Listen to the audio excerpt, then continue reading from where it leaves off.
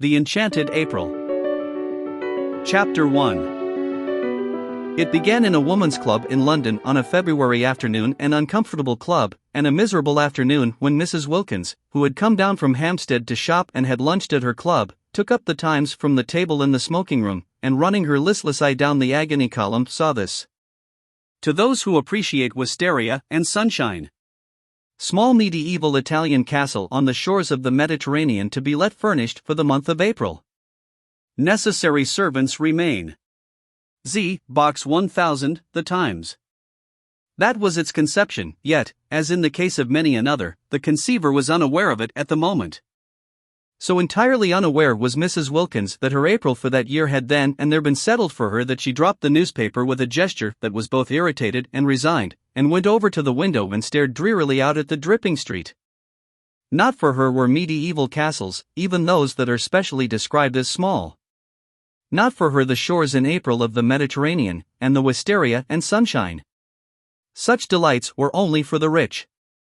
Yet the advertisement had been addressed to persons who appreciate these things, so that it had been, anyhow, addressed to her, for she certainly appreciated them, more than anybody knew, more than she had ever told. But she was poor. In the whole world she possessed of her very own only £90, saved from year to year, put by carefully pound by pound, out of her dress allowance. She had scraped this sum together at the suggestion of her husband as a shield and refuge against a rainy day. Her dress allowance, given her by her father, was £100 a year, so that Mrs. Wilkins's clothes were what her husband, urging her to save, called modest and becoming, and her acquaintance to each other, when they spoke of her at all, which was seldom for she was very negligible, called a perfect sight. Mr. Wilkins, a solicitor, encouraged thrift, except that branch of it which got into his food. He did not call it thrift, he called it bad housekeeping. But for the thrift which, like moth, penetrated into Mrs. Wilkins's clothes and spoilt them, he had much praise. You never know, he said, when there will be a rainy day, and you may be very glad to find you have a nest egg. Indeed we both may. Looking out of the club window into Shaftesbury Avenue, hers was an economical club, but convenient for Hampstead, where she lived, and for Shoolbred's, where she shopped. Mrs. Wilkins, having stood there some time very drearily, her mind's eye on the Mediterranean in April, and the wisteria, and the enviable opportunities of the rich, while her bodily eye watched the really extremely horrible sooty rain falling steadily on the hurrying umbrellas and splashing omnibuses, suddenly wondered whether perhaps this was not the rainy day Mellersh was Mr. Wilkins had so often encouraged her to prepare for, and whether to get out of such a climate and into the small medieval castle wasn't perhaps what Providence had all along intended her to do with her savings. Part of her savings, of course, perhaps quite a small part. The castle, being medieval, might also be dilapidated, and dilapidations were surely cheap. She wouldn't in the least mind a few of them, because you didn't pay for dilapidations which were already there. On the contrary, by reducing the price you had to pay they really paid you. But what nonsense to think of it! She turned away from the window with the same gesture of mingled irritation and resignation with which she had laid down the Times, and crossed the room towards the door with the intention of getting her mackintosh and umbrella and fighting her way into one of the overcrowded omnibuses and going to Shoolbred's on her way home and buying some soles for Mellersh's dinner. Mellersh was difficult with fish and liked only soles, except salmon, when she beheld Mrs. Arbuthnot, a woman she knew by sight, as also living in Hampstead and belonging to the club, sitting at the table in the middle of the room on which the newspapers and magazines were kept, absorbed, in her turn, in the first page of the Times. Mrs. Wilkins had never yet spoken to Mrs. Arbuthnot, who belonged to one of the various church sets, and who analyzed, classified, divided and registered the poor, whereas she and Mellersh, when they did go out, went to the parties of impressionist painters, of whom in Hampstead there were many. Mellersh had a sister who had married one of them and lived up on the Heath, and because of this alliance Mrs. Wilkins was drawn into a circle which was highly unnatural to her, and she had learned to dread pictures. She had to say things about them, and she didn't know what to say. She used to murmur, marvelous, and feel that it was not enough. But nobody minded. Nobody listened. Nobody took any notice of Mrs. Wilkins.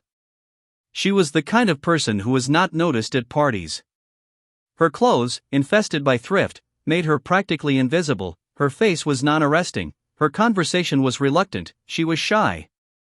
And if one's clothes and face and conversation are all negligible, thought Mrs. Wilkins, who recognized her disabilities, what, at parties, is there left of one? Also, she was always with Wilkins, that clean-shaven, fine-looking man, who gave a party, merely by coming to it, a great air. Wilkins was very respectable. He was known to be highly thought of by his senior partners. His sister's circle admired him. He pronounced adequately intelligent judgments on art and artists. He was pithy, he was prudent, he never said a word too much, nor, on the other hand, did he ever say a word too little. He produced the impression of keeping copies of everything he said, and he was so obviously reliable that it often happened that people who met him at these parties became discontented with their own solicitors, and after a period of restlessness extricated themselves and went to Wilkins. Naturally, Mrs. Wilkins was blotted out. She, said his sister, with something herself of the judicial, the digested, and the final in her manner, should stay at home. But Wilkins could not leave his wife at home. He was a family solicitor, and all such have wives and show them. With his in the week he went to parties, and with his on Sundays he went to church.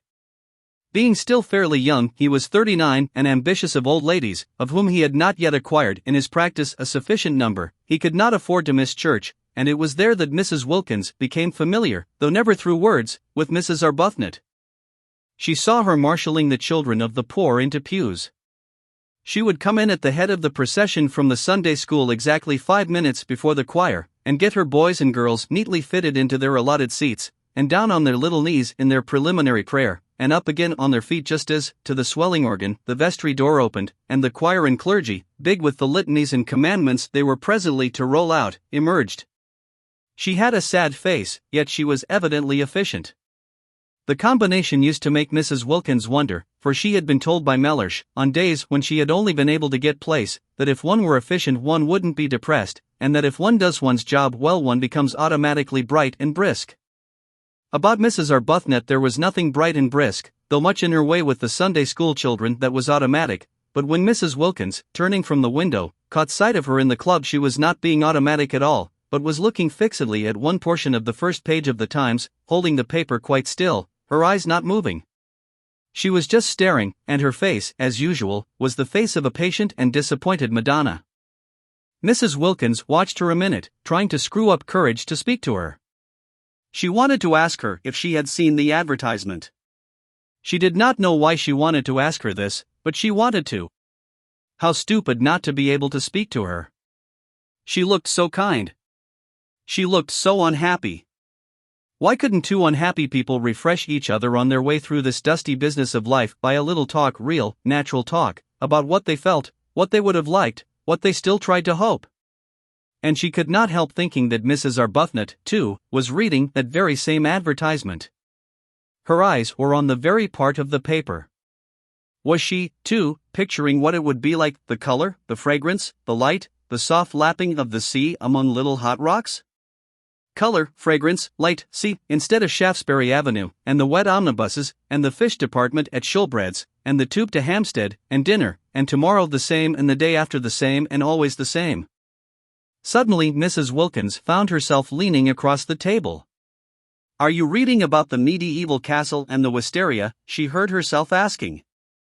Naturally Mrs. Arbuthnot was surprised, but she was not half so much surprised as Mrs. Wilkins was at herself for asking. Mrs. Arbuthnot had not yet to her knowledge set eyes on the shabby, lank, loosely put-together figure sitting opposite her, with its small freckled face and big gray eyes almost disappearing under a smashed-down wet-weather hat, and she gazed at her a moment without answering. She was reading about the medieval castle and the wisteria, or rather had read about it 10 minutes before, and since then had been lost in dreams of light, of color, of fragrance, of the soft lapping of the sea among little hot rocks. "Why do you ask me that?" she said in her grave voice, for her training of and by the poor had made her grave and patient. Mrs. Wilkins flushed and looked excessively shy and frightened. "Oh, only because I saw it too, and I thought somehow," she stammered. Whereupon Mrs. Arbuthnot, her mind being used to getting people into lists and divisions, from habit considered, as she gazed thoughtfully at Mrs. Wilkins, under what heading, supposing she had to classify her, she could most properly be put. "And I know you by sight," went on Mrs. Wilkins, who, like all the shy, once she was started, lunged on, frightening herself to more and more speech by the sheer sound of what she had said last in her ears. "Every Sunday, I see you every Sunday, in church." "In church," echoed Mrs. Arbuthnot. "And this seems such a wonderful thing, this advertisement about the wisteria, and—" Mrs. Wilkins, who must have been at least 30, broke off and wriggled in her chair with the movement of an awkward and embarrassed schoolgirl. "It seems so wonderful," she went on in a kind of burst, "and it is such a miserable day." And then she sat looking at Mrs. Arbuthnot with the eyes of an imprisoned dog. "This poor thing," thought Mrs. Arbuthnot, whose life was spent in helping and alleviating, "needs advice." She accordingly prepared herself patiently to give it. "If you see me in church," she said, kindly and attentively, "I suppose you live in Hampstead too?" "Oh yes," said Mrs. Wilkins. And she repeated, her head on its long thin neck drooping a little as if the recollection of Hampstead bowed her, "Oh yes." "Where?" asked Mrs. Arbuthnot, who, when advice was needed, naturally first proceeded to collect the facts. But Mrs. Wilkins, laying her hand softly and caressingly on the part of the Times where the advertisement was, as though the mere printed words of it were precious, only said, "Perhaps that is why this seems so wonderful."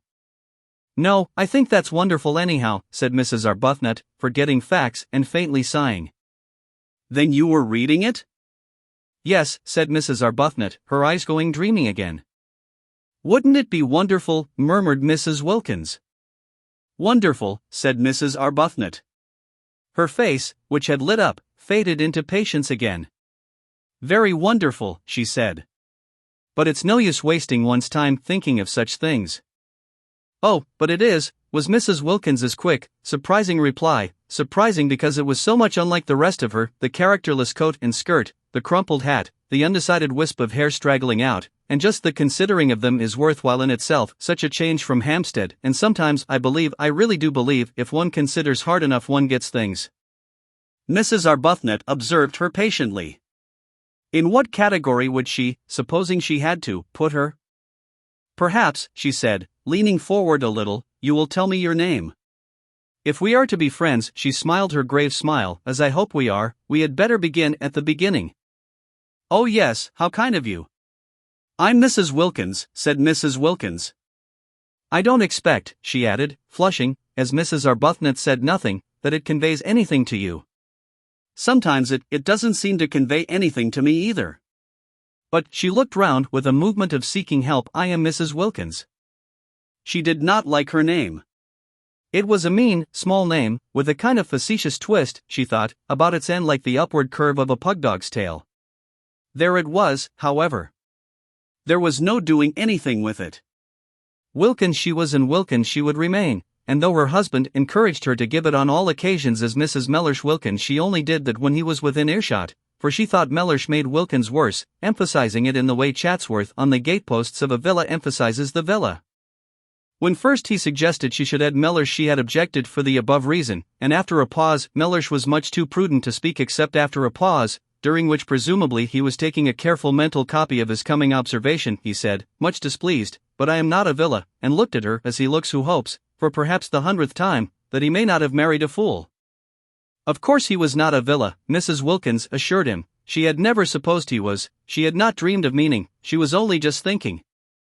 The more she explained, the more earnest became Mellersh's hope, familiar to him by this time, for he had then been a husband for 2 years, that he might not by any chance have married a fool, and they had a prolonged quarrel, if that can be called a quarrel which is conducted with dignified silence on one side and earnest apology on the other, as to whether or no Mrs. Wilkins had intended to suggest that Mr. Wilkins was a villa. I believe, she had thought when it was at last over, it took a long while, that anybody would quarrel about anything when they've not left off being together for a single day for 2 whole years. What we both need is a holiday. My husband, went on Mrs. Wilkins to Mrs. Arbuthnot, trying to throw some light on herself, is a solicitor. She cast about for something she could say elucidatory of Mellersh, and found, he's very handsome. Well, said Mrs. Arbuthnot kindly, that must be a great pleasure to you. Why? Asked Mrs. Wilkins. Because, said Mrs. Arbuthnot, a little taken aback, for constant intercourse with the poor had accustomed her to have her pronouncements accepted without question, because beauty, handsomeness, is a gift like any other, and if it is properly used. She trailed off into silence. Mrs. Wilkins's great gray eyes were fixed on her, and it seemed suddenly to Mrs. Arbuthnot that perhaps she was becoming crystallized into a habit of exposition, and of exposition after the manner of nursemaids, through having an audience that couldn't but agree, that would be afraid, if it wished, to interrupt, that didn't know, that was, in fact, at her mercy. But Mrs. Wilkins was not listening, for just then, absurd as it seemed, a picture had flashed across her brain, and there were two figures in it sitting together under a great trailing wisteria that stretched across the branches of a tree she didn't know, and it was herself and Mrs. Arbuthnot. She saw them. And behind them, bright in sunshine, were old grey walls, the medieval castle. She saw it, they were there. She therefore stared at Mrs. Arbuthnot and did not hear a word she said. And Mrs. Arbuthnot stared too at Mrs. Wilkins, arrested by the expression on her face, which was swept by the excitement of what she saw, and was as luminous and tremulous under it as water in sunlight when it is ruffled by a gust of wind. At this moment, if she had been at a party, Mrs. Wilkins would have been looked at with interest. They stared at each other, Mrs. Arbuthnot surprised, inquiringly, Mrs. Wilkins with the eyes of someone who has had a revelation. Of course. That was how it could be done. She by herself, couldn't afford it, and wouldn't be able, even if she could afford it, to go there all alone, but she and Mrs. Arbuthnot together. She leaned across the table. Why don't we try and get it, she whispered. Mrs. Arbuthnot became even more wide-eyed. Get it, she repeated. Yes, said Mrs. Wilkins, still as though she were afraid of being overheard. Not just sit here and say how wonderful, and then go home to Hampstead without having put out a finger. Go home just as usual and see about the dinner and the fish just as we've been doing for years and years and will go on doing for years and years. In fact, said Mrs. Wilkins, flushing to the roots of her hair, for the sound of what she was saying, of what was coming pouring out, frightened her, and yet she couldn't stop. I see no end to it. There is no end to it. So that there ought to be a break, there ought to be intervals, in everybody's interests. Why, it would really be being unselfish to go away and be happy for a little, because we would come back so much nicer. You see, after a bit everybody needs a holiday. But how do you mean, get it? Asked Mrs. Arbuthnot. Take it, said Mrs. Wilkins. Take it? Rent it. Hire it. Have it. But do you mean you and I? Yes. Between us. Share. Then it would only cost half, and you look exactly as if you wanted it just as much as I do, as if you ought to have a rest, have something happy happen to you. Why, but we don't know each other. But just think how well we would if we went away together for a month. And I've saved for a rainy day, and I expect so have you, and this is the rainy day, look at it. She is unbalanced, thought Mrs. Arbuthnot, yet she felt strangely stirred. Think of getting away for a whole month, from everything, to heaven. She shouldn't say things like that, thought Mrs. Arbuthnot. The vicar, yet she felt strangely stirred. It would indeed be wonderful to have a rest, a cessation.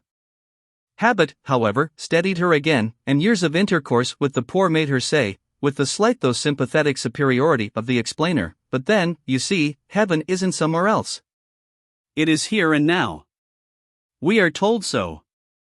She became very earnest, just as she did when trying patiently to help and enlighten the poor. Heaven is within us, she said in her gentle low voice. We are told that on the very highest authority. And you know the lines about the kindred points, don't you? Oh yes, I know them, interrupted Mrs. Wilkins impatiently. The kindred points of heaven and home, continued Mrs. Arbuthnot, who was used to finishing her sentences. Heaven is in our home. It isn't, said Mrs. Wilkins, again surprisingly. Mrs. Arbuthnot was taken aback. Then she said gently, oh, but it is. It is there if we choose, if we make it. I do choose, and I do make it, and it isn't, said Mrs. Wilkins. Then Mrs. Arbuthnot was silent, for she too sometimes had doubts about homes. She sat and looked uneasily at Mrs. Wilkins, feeling more and more the urgent need to getting her classified. If she could only classify Mrs. Wilkins, get her safely under her proper heading, she felt that she herself would regain her balance, which did seem very strangely to be slipping all to one side. For neither had she had a holiday for years, and the advertisement when she saw it had set her dreaming, and Mrs. Wilkins's excitement about it was infectious, and she had the sensation, as she listened to her impetuous, odd talk and watched her lit-up face, that she was being stirred out of sleep.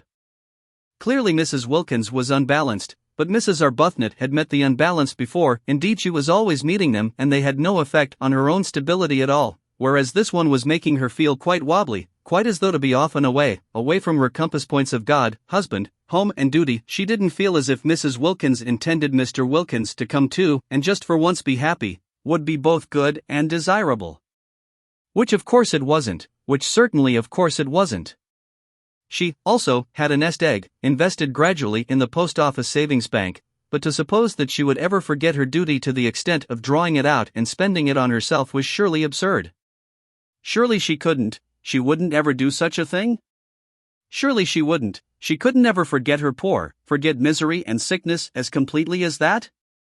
No doubt a trip to Italy would be extraordinarily delightful, but there were many delightful things one would like to do, and what was strength given to one for except to help one not to do them? Steadfast as the points of the compass to Mrs. Arbuthnot were the great four facts of life: God, husband, home, duty.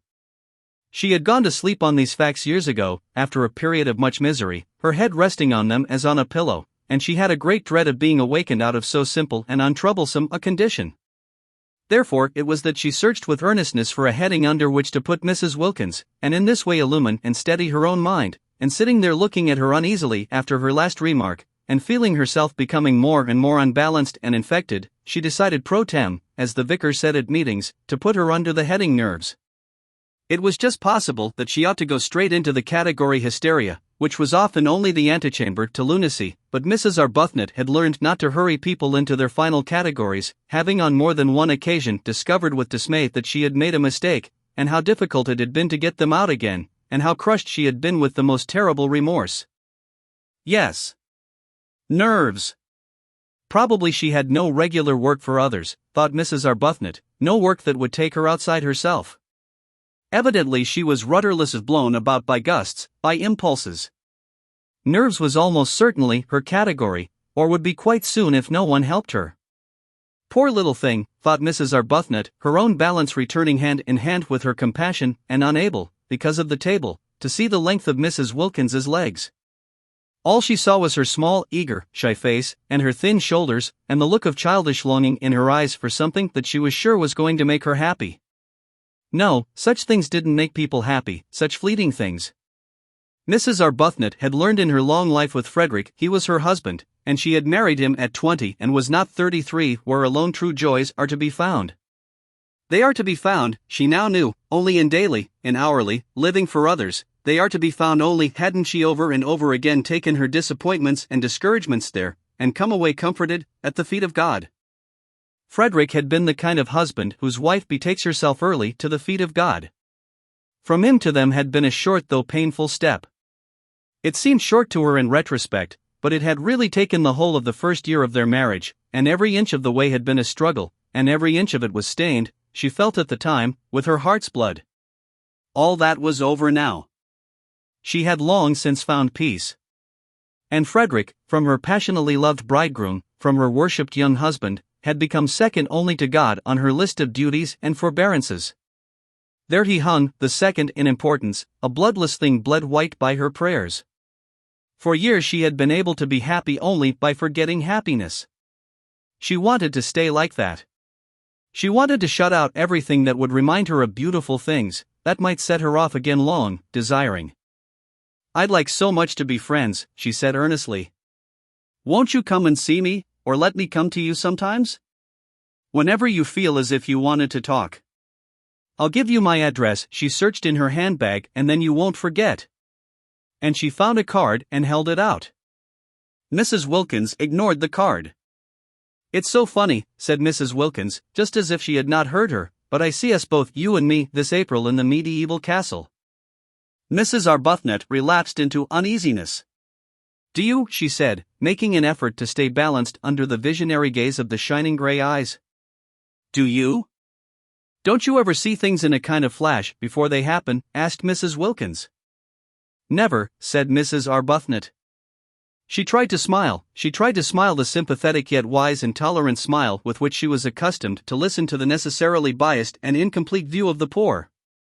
She didn't succeed. The smile trembled out. Of course, she said in a low voice, almost as if she were afraid the vicar and the savings bank were listening, it would be most beautiful, most beautiful. Even if it were wrong, said Mrs. Wilkins, it would only be for a month. That began Mrs. Arbuthnot, quite clear as to the reprehensibleness of such a point of view, but Mrs. Wilkins stopped her before she could finish. Anyhow, said Mrs. Wilkins, stopping her, I'm sure it's wrong to go on being good for too long, till one gets miserable. And I can see you've been good for years and years, because you look so unhappy. Mrs. Arbuthnot opened her mouth to protest, and I've done nothing but duties, things for other people, ever since I was a girl, and I don't believe anybody loves me a bit the be better, and I long for something else. Was she going to cry? Mrs. Arbuthnot became acutely uncomfortable and sympathetic. She hoped she wasn't going to cry. Not there. Not in that unfriendly room, with strangers coming and going. But Mrs. Wilkins, after tugging agitatedly at a handkerchief that wouldn't come out of her pocket, did succeed at last in merely apparently blowing her nose with it, and then, blinking her eyes very quickly once or twice, looked at Mrs. Arbuthnot with a quivering air of half-humble, half-frightened apology, and smiled. Will you believe, she whispered, trying to steady her mouth, evidently dreadfully ashamed of herself, that I've never spoken to anyone before in my life like this? I can't think, I simply don't know, what has come over me. It's the advertisement, said Mrs. Arbuthnot, nodding gravely. Yes, said Mrs. Wilkins, dabbing furtively at her eyes, and us both being so, she blew her nose again a little miserable.